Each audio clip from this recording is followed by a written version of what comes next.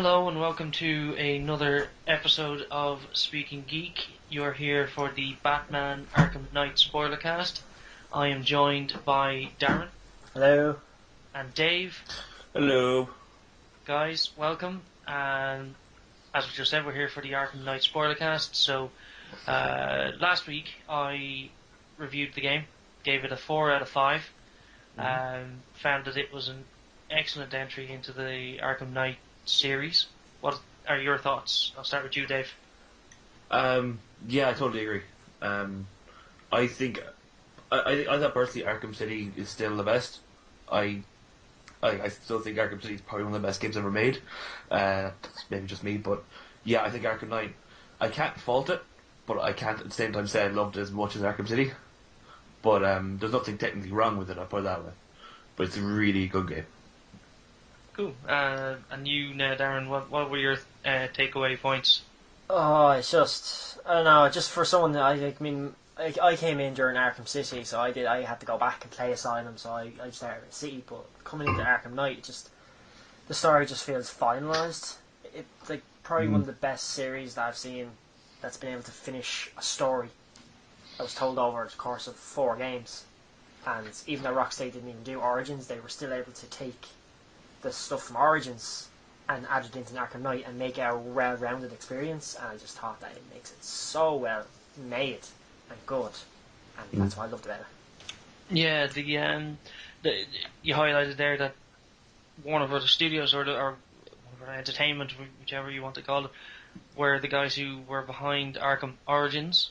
So, Origins was good. I enjoyed Origins. I enjoyed all 3 up before this game. Felt that Origins had the best boss fight, even though it was wasted early on in the game with fighting against Deathstroke. Yeah. But it had such a good kind of feel to it that it didn't feel out of place in the wider group of games, even though Rocksteady called this their Dark Knight trilogy, which is Asylum, City, and now Knight. They were still able to take elements from what Warner Brothers did with Origins and add it into their game. Such as the very fact, and just be aware, folks, this is a spoiler cast, so everything about Arkham Knight is going to be spoiled, start to finish, and you have been warned. So, elements from Origins, such as the Deathstroke story, rather, you'd end up kind of round that out in Knight, where you fight him, not hand to hand as it should have been, but you still exactly, yeah. Yeah. I'm getting so hyped for that part where he jumps out of the tank. It's like, oh my god, it's a fisticuffs fight right now. Exactly. That was my thing. I was like, okay, I'll fight in the back tank again. But then he hops out, and you're like, yes, ready to rock, fight you, bastard. And then it just goes into a cinematic, and you chuck him into the back of the Batmobile, and that's it. So we're diving straight in here, right at near the very end of the game. But we're kind of touching on probably what's the most controversial part of the game, which is the Batmobile. Yes. Personally, I enjoyed it when it worked. I said in the review. It can be a bit goofy, right? As I said, it's an enjoyable experience. It is good and it does work well. The only thing about the Bat Tank is that it feels so forced. It feels really something that doesn't that could be done a little differently. So, guys, what are your thoughts on the Bat Tank? Well, I like, as you said, it does work, and I liked it.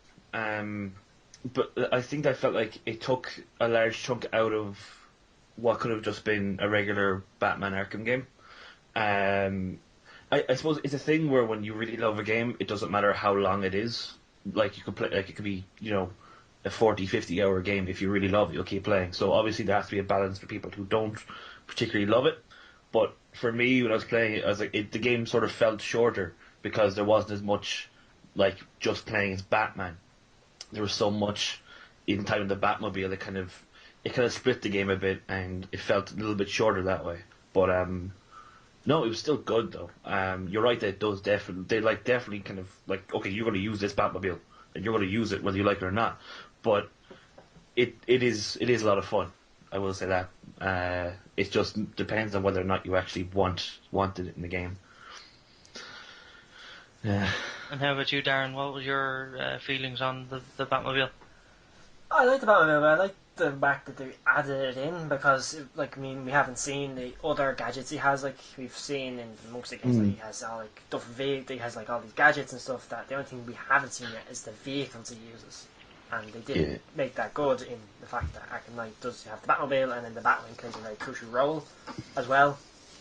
But like I said, it's just the game makes you use the Batmobile for almost absolutely everything. And I think the worst part for that is the Ace Chemicals infiltration. Oh yeah. It's just like you have to rely on getting the Batmobile into Ace Chemicals. You can't just do it yourself. Which that just irritates me a lot. Yeah. But apart from that, it is a good. I liked it. Yeah. Sorry to cut across you there, Dave. You finish your point there, and I'm just gonna kind of bring people up to speed if they haven't already played the game. Hopefully they have by listening to this. But however, go ahead, Dave. Oh yeah, no, I was just gonna say that you're right. What Darren was saying, the most annoying parts of the Batmobile are the parts where, progress a certain amount as Batman. Now hop over to the Batmobile, do a little bit there, and then go back and forth and back and forth, and it's like a roadblock in the game where it's like, there's like the Ace Chemicals bit. You have to walk down a corridor, but it takes forever because you keep swapping back and forth between Batman and the Batmobile to walk down this straight corridor. It's ridiculous, but Especially if you're trying to get some of the Riddler trophies as well. It's just like too many of the Riddler trophies relying on the Batmobile. Well, I think that was kind of Rocksteady's big selling point. They wanted to kind of make it more like, you are Batman. Here is his Batmobile. We finally have the tools to be able to make the Batmobile and do it justice to their minds. Yeah, and to be fair to Rocksteady, they did quite well. However, it was quite funny thinking that you're driving along, you see a thug running in front of you, it bounces off the Batmobile. But he's not dead. With an electric shock. Exactly, he's not dead. Definitely not. Or when you're using the Vulcan cannon mechanic, and instead of shooting bullets, it shoots rubber bullets, and the force that these things hit the guys, you're like, are you sure they're not dead, or are they just paralyzed? Yeah. It's like, have you ever... I have at one point, at least a couple of times, shot guys off like a bridge or over the edge into the water, and like with the force, like, okay, it's going to knock you out. If it knocks you into the water and you're unconscious, you're dead. No. Oh, absolutely, yeah. I've done similar things myself. Like I find it hilarious. Some of the physics of the game were quite strange in that you'd be driving along in the Batmobile and you'd spin out of control, but you'd hit a supporting structure or a supporting beam of a bridge or a structure and take it clean out. And you're like, how is that still standing there? They made the Batmobile a little too strong, I think. It knocks down absolutely everything, and it probably shouldn't. The Batmobile, initially, it was really annoying doing the little side missions or most wanted missions where you've got to capture APCs or you've got to dismantle bombs. The dismantling of bombs was really frustrating for me at times. That is extremely repetitive. There were a few where like I hadn't upgraded the Batmobile sufficiently enough, and I just kept getting absolutely annihilated by the tanks that would roll in. Getting to a certain point, and I'd be like, "Oh yeah, doing great, doing deadly," and just taking one too many hits and just exploding every time. There was one in particular, and I think it was on Bleak Island, underneath the road, and I swear to God, it was probably the toughest thing I did in the entire game. And I was just playing on normal, but it was just that many tanks in such a closed space that trying to find places to jump and move, or to skip and move out of the line of sight of the guns was just so hard. Exactly, yeah. Now, in terms of the story, Arkham Knight takes place over a single night. Yeah. And hey.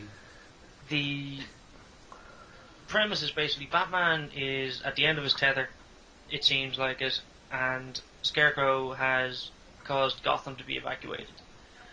How did you guys find that story? Did you find that it was a good close to the trilogy and that it was a good serving of Batman and kind of how he's dealing with the events of Arkham City where the Joker is dead?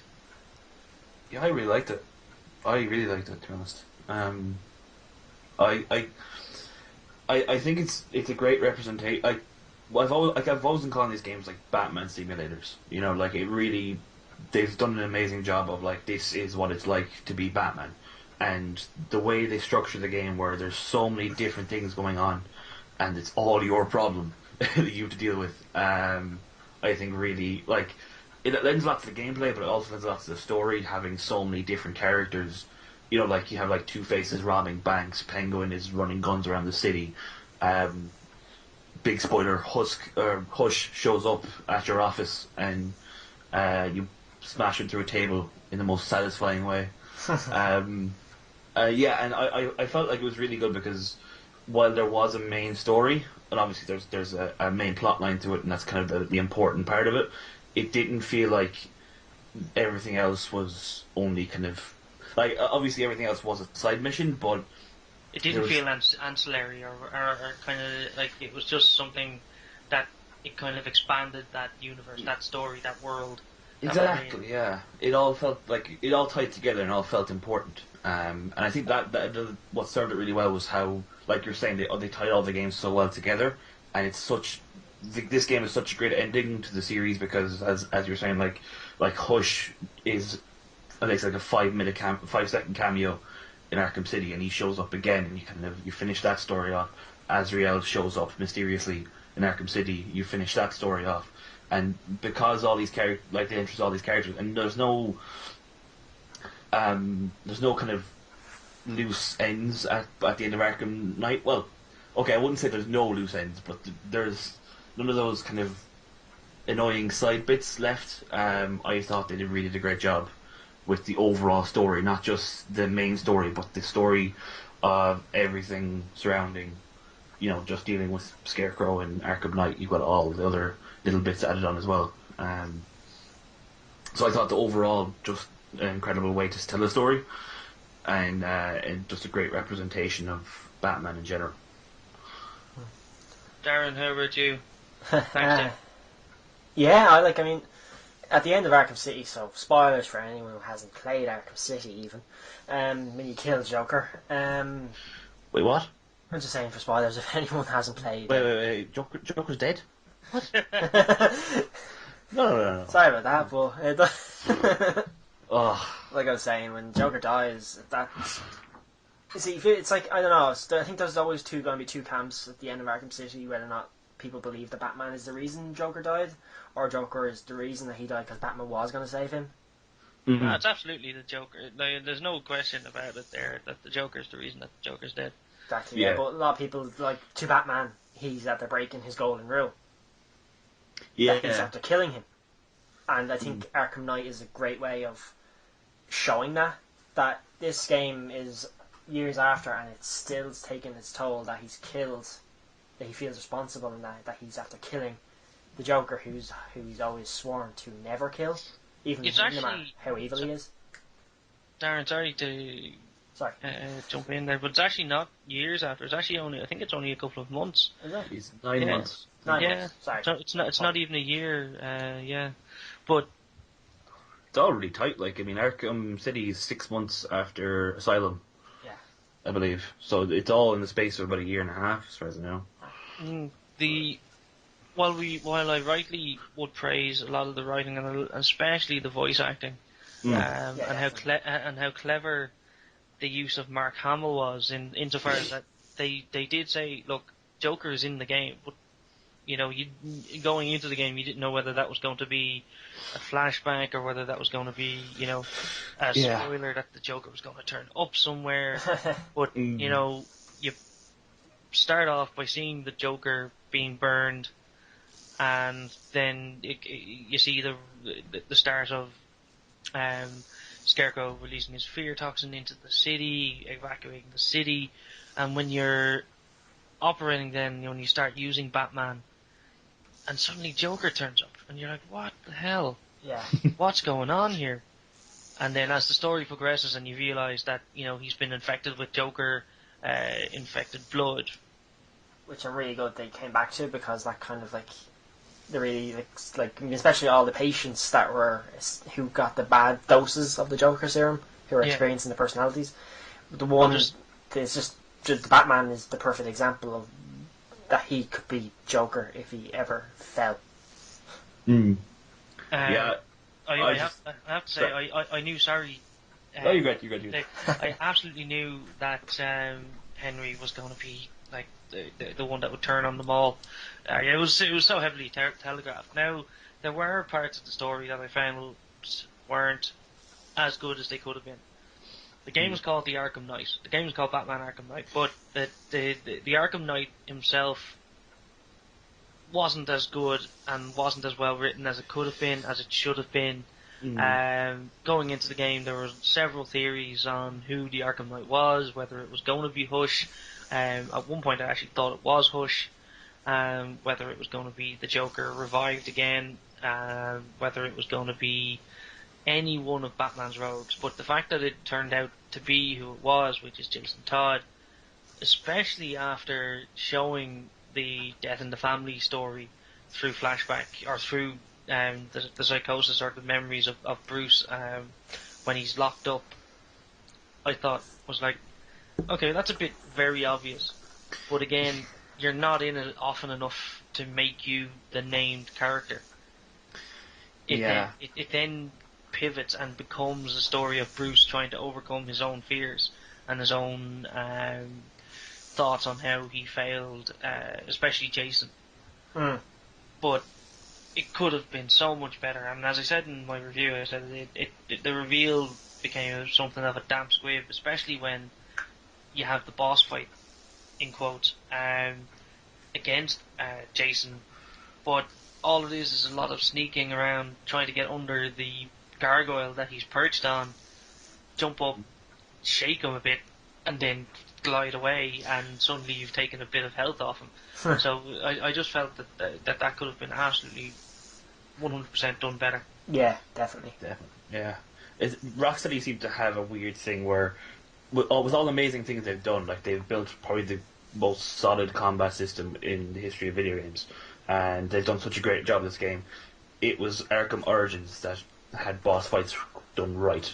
Rocksteady just seemed to have like some kind of weird aversion to doing good boss fights. I don't know what it is. But between Arkham Knight and Deathstroke, I was left pretty unsatisfied with boss fights in terms of this game. I don't know.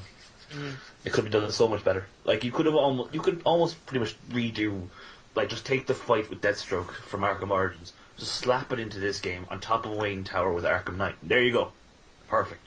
Like coming back to theories about who the Arkham Knight was, going into this game, I had a suspicion that it could have been Damian Wayne. Yeah, same. But like I was playing through it and I was just like, this could be Damian, because he has the personality that he just dislikes the way his father does things. But then it's like, the more they added in just a lot of flashbacks to Jason, it's like, oh no, this is totally Jason Todd.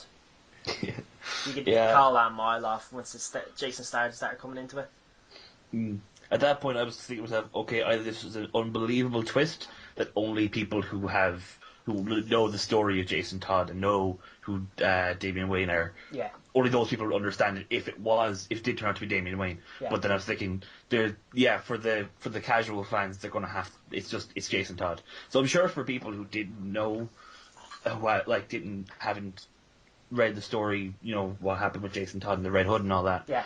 I'm sure for them it was awesome.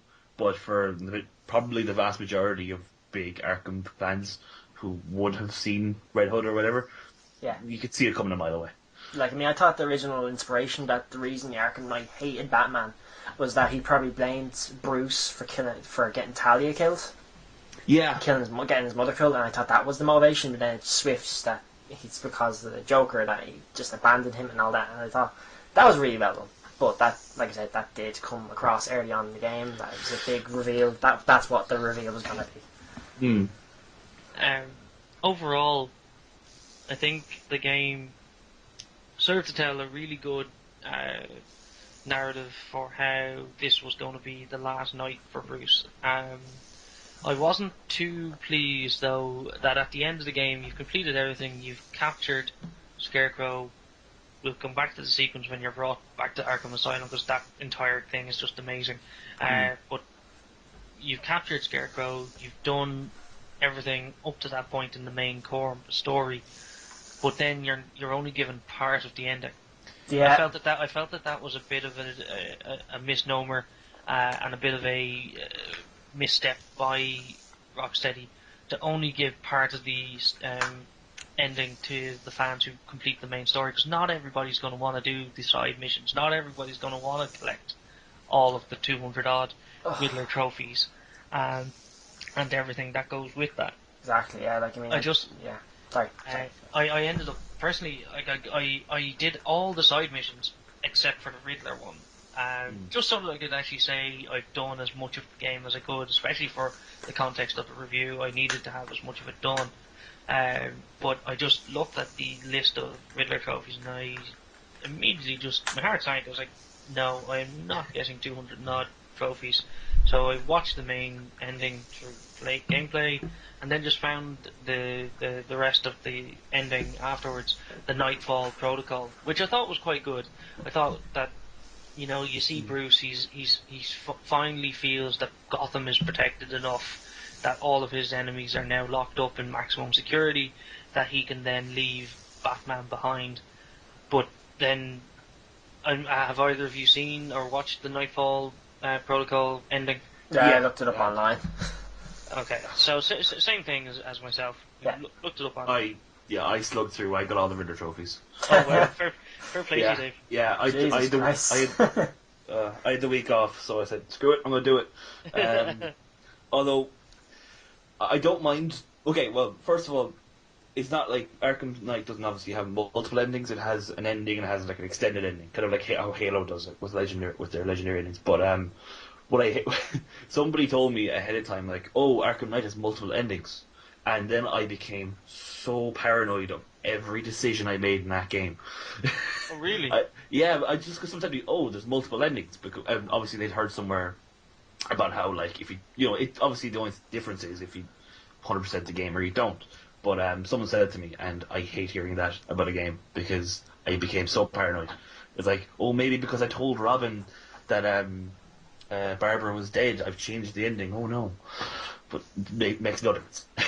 No, I think the fact that there's added endings, it kind of leaves it a little open to interpretation for how, especially when you see the kind of another family being approached by random gangsters in the middle of an alley, echoing Bruce's own childhood trauma. I thought that was a little.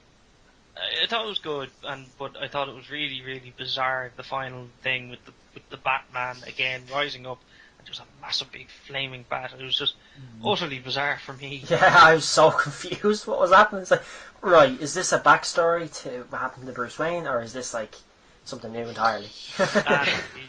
Like, especially with the fact that Gordon is mayor in the posters at that point, you know it's something new. But the fact that it was echoing again the death of Thomas and Martha Wayne, I thought it was a bit strange. But Dave, you did quite an interesting article about the psychology of the game and the psychology of Batman's headspace within Arkham Knight. So what would be your take on that final part of the ending? Yeah, well, I will say that article is the product of me staying up till 5 o'clock in the morning, and not just wasn't able to stop typing. I just kept going. Yeah. Which I can attest to that. At home, poor Darren had to proofread that article, and it's quite a long one. 3,000 words. Yeah.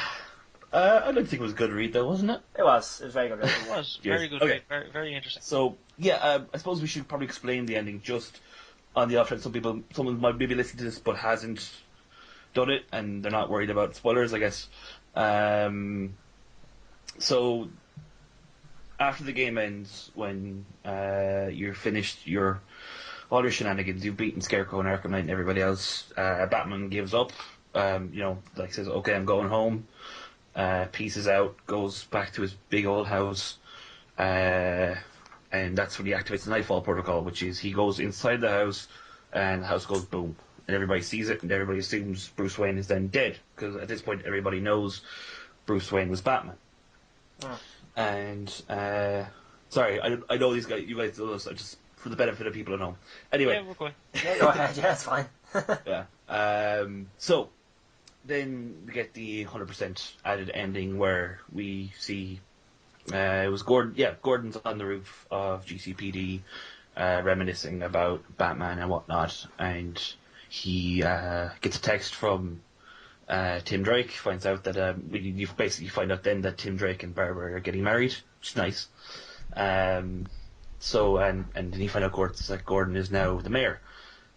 So Gordon then leaves, and the camera pans off to a family. It's kind of the way I saw it was that family. It's so clearly the same family as Bruce's. I figured it was kind of a metaphorical kind of thing, just because there's so much imagery and so much kind of like this is not literal kind of stuff in these games that I figured, okay, this is just kind of a representation of a family, and the scene plays out like almost identically to Bruce's childhood.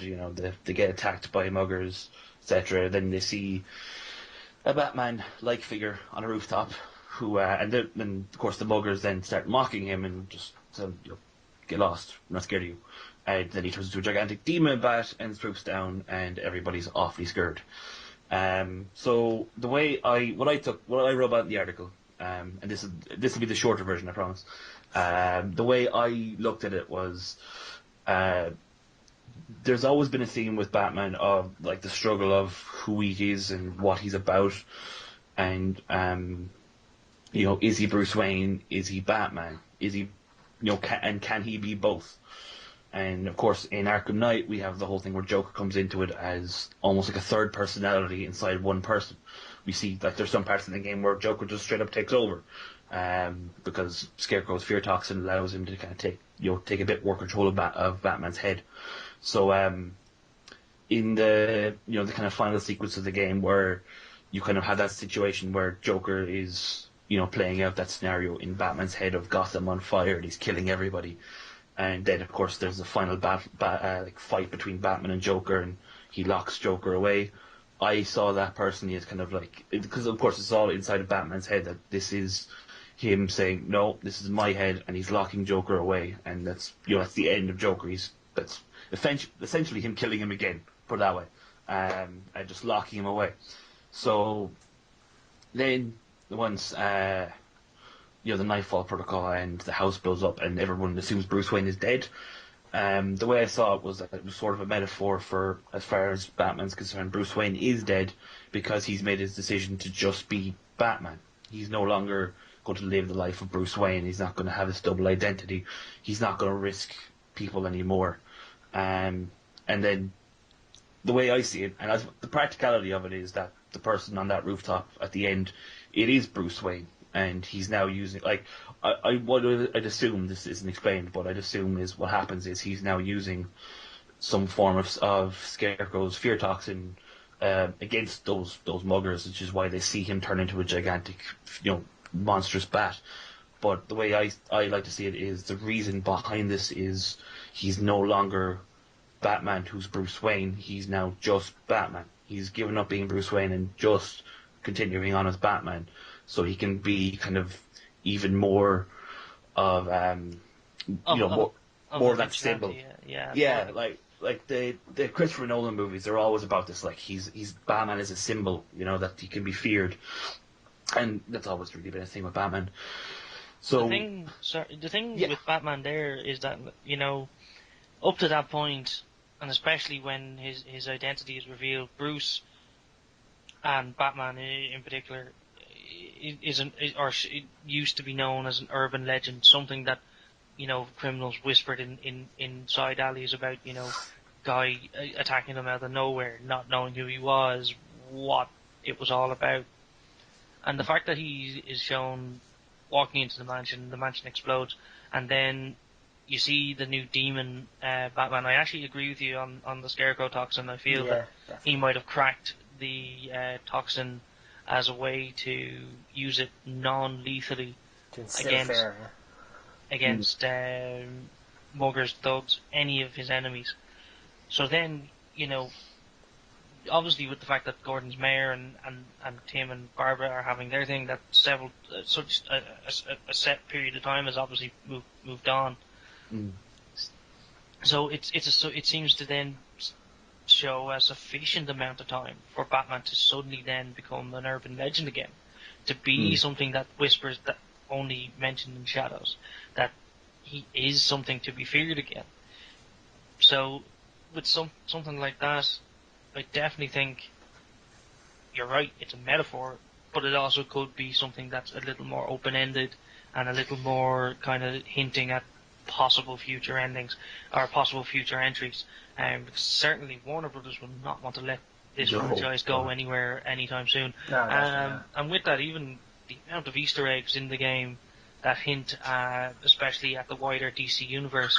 Yeah. But there's a lot of Superman references in the game. So, and there was heavy rumours before the game was even announced that this was actually a Justice League game. So there's every possibility that either WB, Warner Brothers, are working on a Justice League game using the Rocksteady engine themselves, or Rocksteady themselves have moved on to another series, not Arkham, but still within the DC Playhouse. Yeah. Oh, yeah. Well, that's the thing. I mean, the whole kind of like finality of the whole thing, like Rocksteady, like, oh, this is our last Arkham game, blah blah blah. Like when you really think about like they're a game studio, they're going to make more games. They're not going to they don't cease to exist now that Arkham stopped. And well, they're owned by Warner Brothers. Yeah, so they have no choice. They're just going to keep making games. End of. They can make a Mortal Kombat spin-off if Warner's wanted to. So yeah, I'd be interested to see what they do. Personally, I've never been a fan of Superman, but I would love to see what Rocksteady would do with a Superman game. Yeah. I think if I'd ever be interested in anything to do with Superman, it would be a Rocksteady game, because it's never been. I've never seen a good Superman game. That's just toxic. You have Graham. But like the only time it's ever been fun to play Superman in a game was in Injustice. So it doesn't, he's never had his own game as far as I've been told. Yeah, that's true. Just personally, I've yet to see anything truly good. But then again, there's been a lot of really crap Batman games, so it evens out. So yeah, I'd love to see, because there wasn't just, I mean, there was a lot of very specific like Superman references, and like there was like Lex cult buildings all over the city. Yeah. And I don't know if did you guys listen to Bruce Wayne's messages? Yeah, I did. Yeah. Yeah, and you got Lex Luthor giving out to him about some business your stuff. company to me.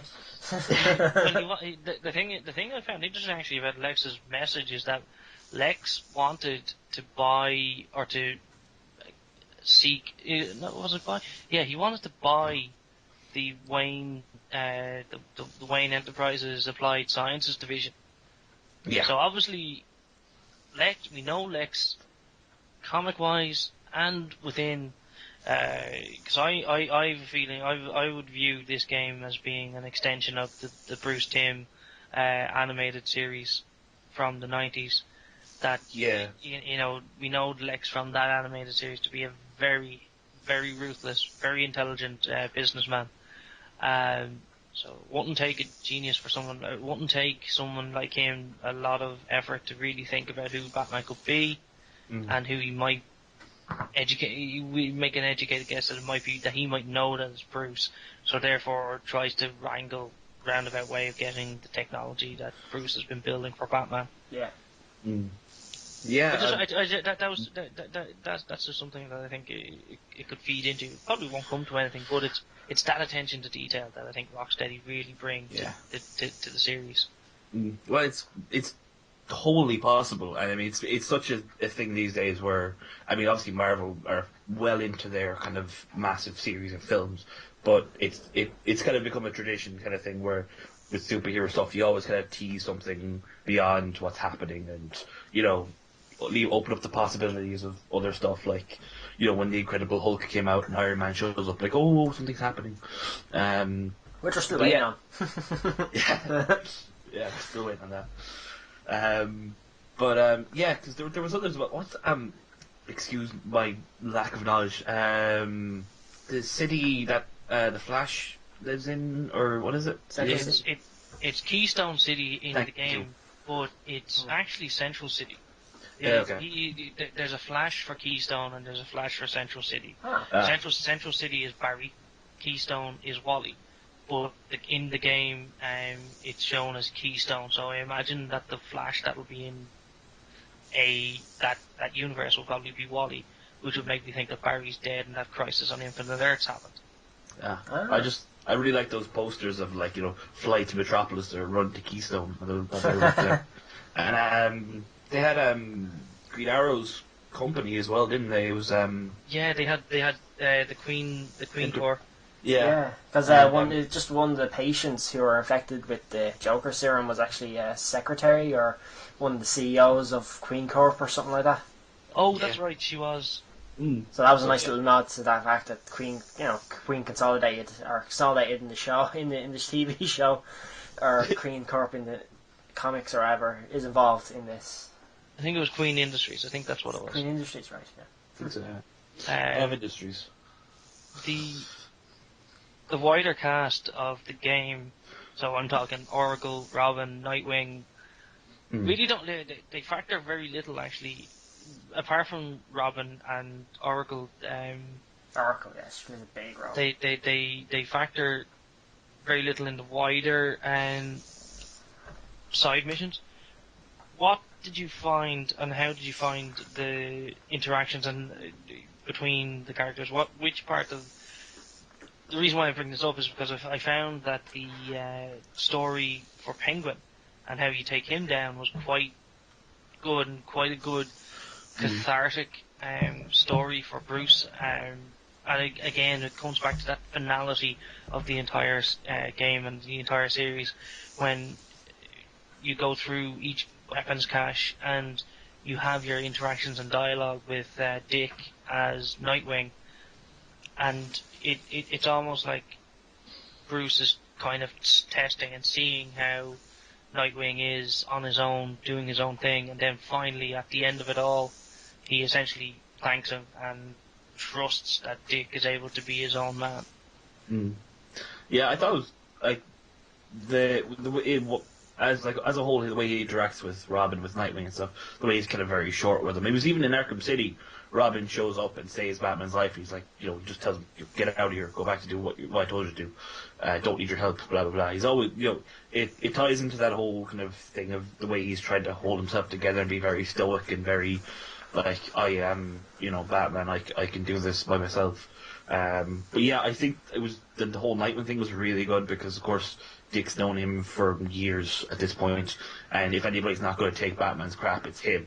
Whereas when he tells Robin, go back to what I told you to do, Robin's like, okay. But Dick is like, no, I'm going to do what I want. And I think the way that kind of breaks down Batman's barriers and opens him up a bit, I think that was really well done. Especially since Nightwing is a full-fledged superhero of his own as well. Yeah, unless you play the Harley Quinn story pack. Have you played that? Yeah, yeah. Yeah, you just beat the crap out of Hey, him. come on, you're much better than this. It is kind of sad, like Nightwing, you're like, come on Nightwing, you're cool, and then Harley Quinn beats him up. I haven't played, actually, there you go, that's something that you guys can expand on there. I haven't played either of the opening DLCs, neither the Red Hood DLC nor the Harley Quinn DLC. So I understood from the little snippets I heard throughout the core game that Harley breaks Ivy out of Bloodhaven, and that's the whole basis of her story, and that is kind of and it is obviously a prequel then to a precursor to Arkham Knight. So what's it like playing as Harley? Oh, it's awesome. It is very good, yes. I love them because I like how they kind of apply the same formula to different characters when you play different characters, and they have like a different version of like Batman's detective vision, with each person, and with Harley, she just sees the world in like red and Chaos, like just. Yeah, and then there's just words just scrawled over every single wall. It's absolutely insane. I thought that was really no, cool. one thing I noticed with Harley in that DLC is that it's like she has multiple personalities talking in her head. Yeah, she's always chatting away. It's like there's one great. side of her that's saying that she needs to be better for herself, and then there's the other one saying no, shut up. Yeah,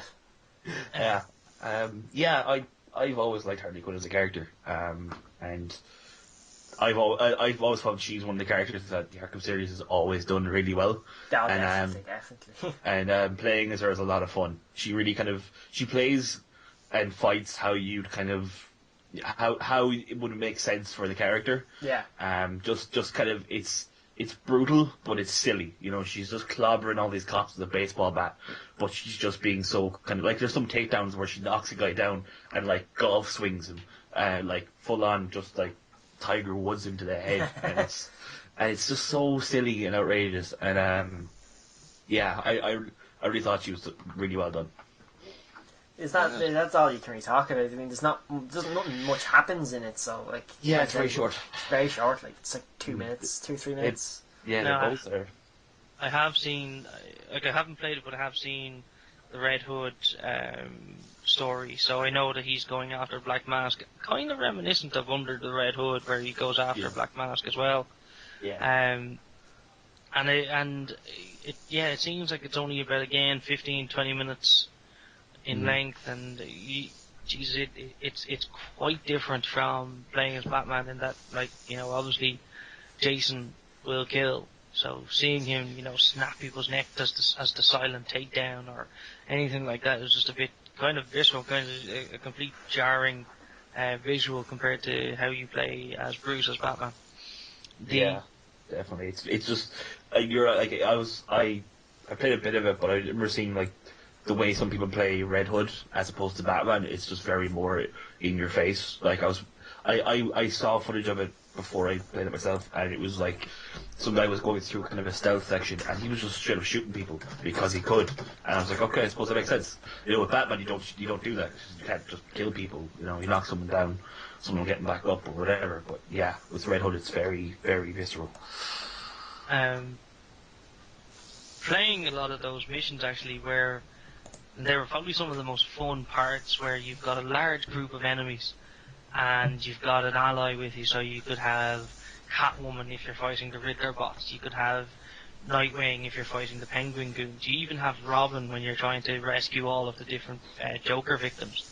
I found those sections to be some of the most entertaining of the entire game, where you're just kicking lumps out of people, and then you get this option to hit L1 and do a combo takedown, and it just switches over, take down the guy that you've aimed it on, and suddenly then you're in charge of that other character and you're able to just bounce around. Same kind of battle mechanic and everything. Speaking about Catwoman, for the end of that game, I actually thought that her appearance was a bit, she's here, you do all this, then she's gone. Like, I thought that, if this is the final game, that she should play a bigger role. Like, I just thought she could have played a bigger role. Yeah, I see what you're saying. They put a lot of Catwoman in Arkham City. Yeah. So I see what you're saying. She could have been a bit bigger. Although, neither of you guys finished the Riddler trophies, no? Not the Riddler trophies, no. No, so, okay, well, would you, either of you guys seen what happens when you beat Riddler? No. Oh, okay. Right, so, okay. I've gotten to the point where, like, I literally have to, all I need to do is collect the trophies. Yeah, that's where I'm at, too. Go back to the orphanage and fight him. I know what he's in. Yeah. He's in, that big mech yoke. Well, you see... that's Tom's explanation, big yoke. Yeah, big yoke. It's a dumb-looking thing, too. Shows up he's playing Titanfall. But, they're actually... when you do go back and fight, do you guys mind if I explain this to you guys? No, go ahead. That's what we're here for. Okay. Well, when you do go back and fight him, you know the way he has his robots, and there's like some only Batman can hit, and some that only Catwoman can hit. Well, he just spawns a whole bunch of ones that only Catwoman can. You could do nothing. So then Catwoman just kind of jumps down from the rafters, and you kind of kick that whole thing off again, where you're going back to the dual place way of like swapping between the characters, and you eventually do take him down. And then there's kind of a final cutscene afterwards where, oh my, it is so satisfying to punch Riddler in the face. It's so good. Oh, he's such an a-hole. Oh, that's great. But yeah, but there is actually kind of an ending to that situation cutscene with Batman and Catwoman, where they're talking outside, and Catwoman's basically kind of telling Batman, like, look, just give it up, come away with me, we can run off together. And Batman's just like, look, I can't. Look, this is the end. Catwoman's kind of going, oh, this is just normal kind of games that we play, and Batman's like, no, look, this is it, this is the end. And then they kiss, and then Batman's kind of walking away, and Catwoman's like, call me sometime, and Batman's like, I won't. And she's like, I know. And then they part. And that was pretty good. And you see, that kind of thing, you have to do the Riddler trophies to get that. And that was something that they really missed with the Riddler trophies, because a lot of people will not collect those Riddler trophies. That means they won't get to see that scene. I know. That's what YouTube's for. That kind of ties in again to, the kind of design of how they wanted the game to end. Now, I understand they're a game studio, they want people to experience everything they have to throw into the game, but there are better ways at doing things like that story-wise. There are much better ways. Like in Arkham City, you didn't have to get all the Riddler trophies. You could get a certain amount of them, and you could still beat Riddler and finish that off. But in this, you actually have to get every single one of them, and that doesn't include, the fact that some of them might be glitched out, or there might be some kind of bugs that kind of prevent you, which can happen. I've heard about it. Like there's some trophies that are just unobtainable for some people, which sucks. I can imagine. Oh yeah.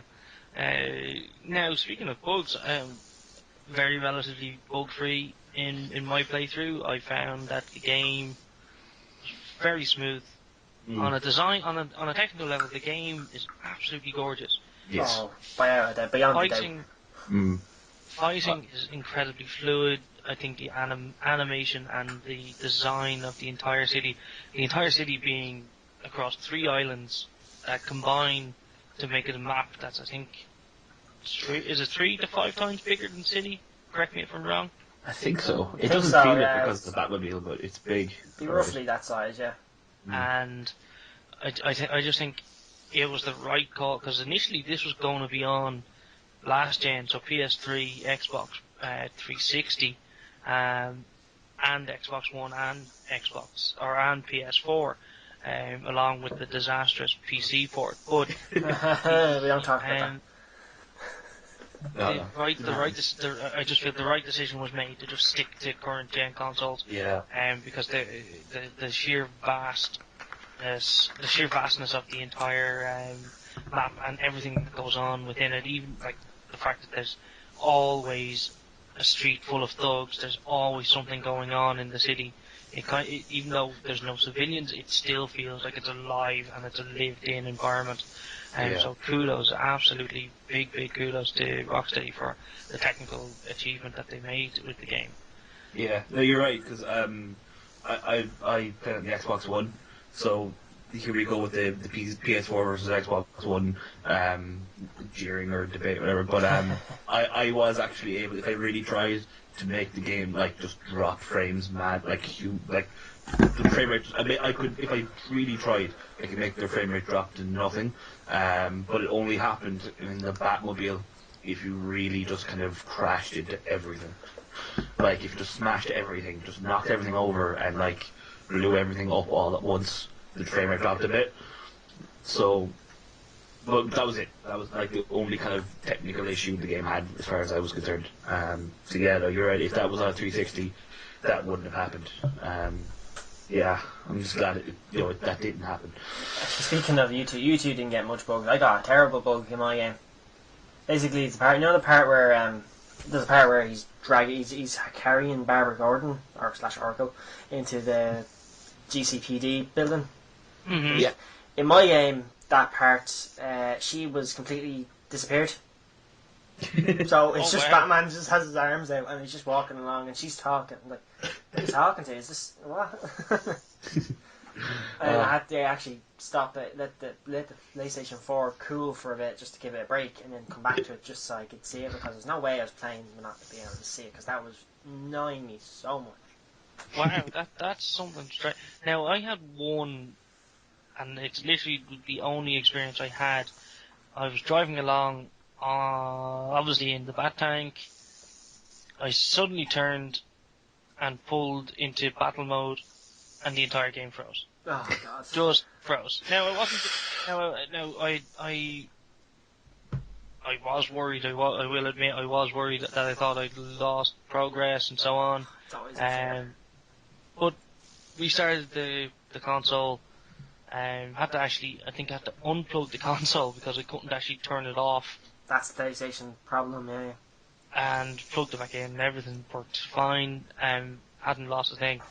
But it speaks a lot of volumes to how much effort that Rocksteady put into the console version to make sure that it ran well. But by comparison, Rocksteady didn't have a hand in making the PC port. I'm so sad to say that was Iron Galaxy. It makes me so sad because I love Iron Galaxy, but yeah. Just make the dive kick game, just putting that out there. Yeah, and they did two of the greatest ports of all time. They put Street Fighter 3 on the 360. Yeah, and that's true, probably amazing. But what I have heard though is that they were paid very little money and they were given something like 3 weeks to do it. So I can't imagine they, Really? Yeah, from what I heard anyway, it was very I can't remember the exact details, but they were given a very short time to port that game to PC. And to be fair, those guys haven't got a lot of PC experience. They're in the process of putting Killer Instinct on PC, but no, I don't know many PC games they've done other than Dive Kick. The game itself for PC, I think, has been pushed out to August or September.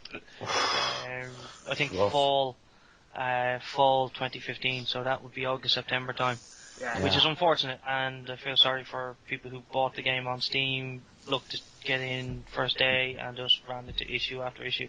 Now, I believe Steam have offered refunds. Yeah, that Steam refund program is really, really clever.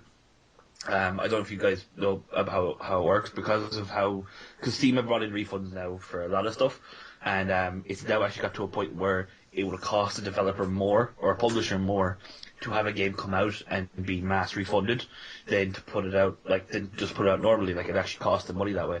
Just that basically will put a stop to this early access crap of like Assassin's Creed, you know what I mean? Where the game comes out completely broken and, screw you, you're not getting your money back.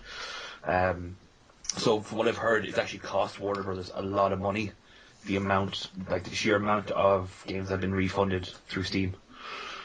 So, which is a good thing, really, in terms of quality control.